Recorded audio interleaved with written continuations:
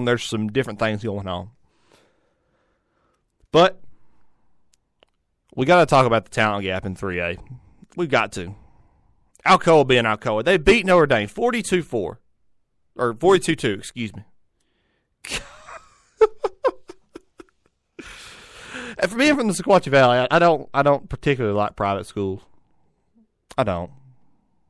And maybe I don't like Notre Dame as much as I should. I'm not going to say whether I like them or not, even though I kind of already did. But you had to feel sorry for them, or kind of, not really. You look at it's just a 3A. I mean, you feel sorry for them because you feel sorry for Sequatchie County over there. And Sequatchie County, by the way, lost 38-0 to Notre Dame at Finley Stadium back in the first round of the playoffs. Notre Dame beat them 38-0, and you're looking at it, you're like, man, they have to go to state. They're other state contenders. They go next week, beat up them, same score. Okay, they're state contenders. They're going to state.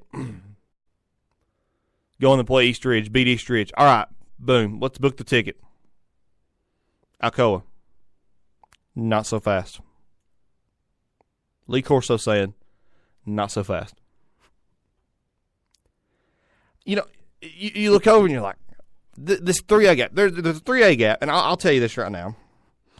Sequatchie County and Grundy County are probably the two least likely teams to ever get a state championship. In football, at least. And the reason I say that is not because Sequatchie County's not good. And I think Grundy County can be as good as Sequatchie County eventually. I've got faith in Casey Tate. Okay? I mean, he came in the latter part of that season, they got better. And Grundy County is known for being one of these teams that gets better as the season goes on. And he did get better. He was going toe-to-toe with the number 7 team in Class 3A, or we thought at the time was. Still impressive. I think he keeps his job. I think he goes into the next year. If he doesn't have a 5-win season, I think he's out. Just because Grundy County fans and Grundy County politics are kind of weird and kind of hostile. But I think he's got another year. But going over to Sequatchie County, I don't think that it's necessarily Kane. I mean, Kane does a good job with what he does.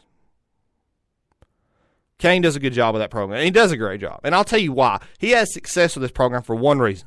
Here it is. Get after somebody. I've got a motto, and it's if you want to play, make me play you. Don't come.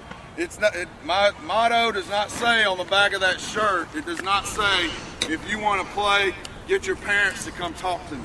That's not what it says. It says, if you want to play, make me play you. And if you get in a scrimmage and start competing with people, that's how I will play you. Maybe a lot of people don't realize that when you talk about, Sequatchie County, when you talk about the football program, many people don't realize the parents are involved a little bit too much. And if no one else will say it, I will. Over the past few years, people have been involved. The parents have been involved with it way too much. They're playing daddy ball. I played for Sequatchie County 2 years. I mean, honestly, it's just one of these things where you look over and you're like, huh? I mean, I just don't understand sometimes. I mean, I was on that team, and they started playing daddy ball. They started, getting, I guess you could say, a little bit complacent, a little bit. I don't really want to. I don't really want to do that. I don't really want to do what that coach is saying. I don't really do. And Coach Barger, I loved Coach Barger when he was there. He was a great coach. You could stand straight up and look right over him and never see him. He's short, but Coach Barger, he was a great coach. And all the coaches that I had, Coach Montgomery, probably my favorite coach of all time, Coach Sam Montgomery. And if you ever see him, tell him Stank said hello. That's what he gave me, or Hawkeye, whatever you want to call me. But I love those coaches. But the problem was in those teams. I remember we lost 61-0 my junior year. We lost 61-0 my senior year, or my junior year, excuse me, to Signal Mountain. And yes, Signal Mountain's talented. But after the game, Coach Barker came over there and said, "Look, we're playing daddy ball. We can't do that."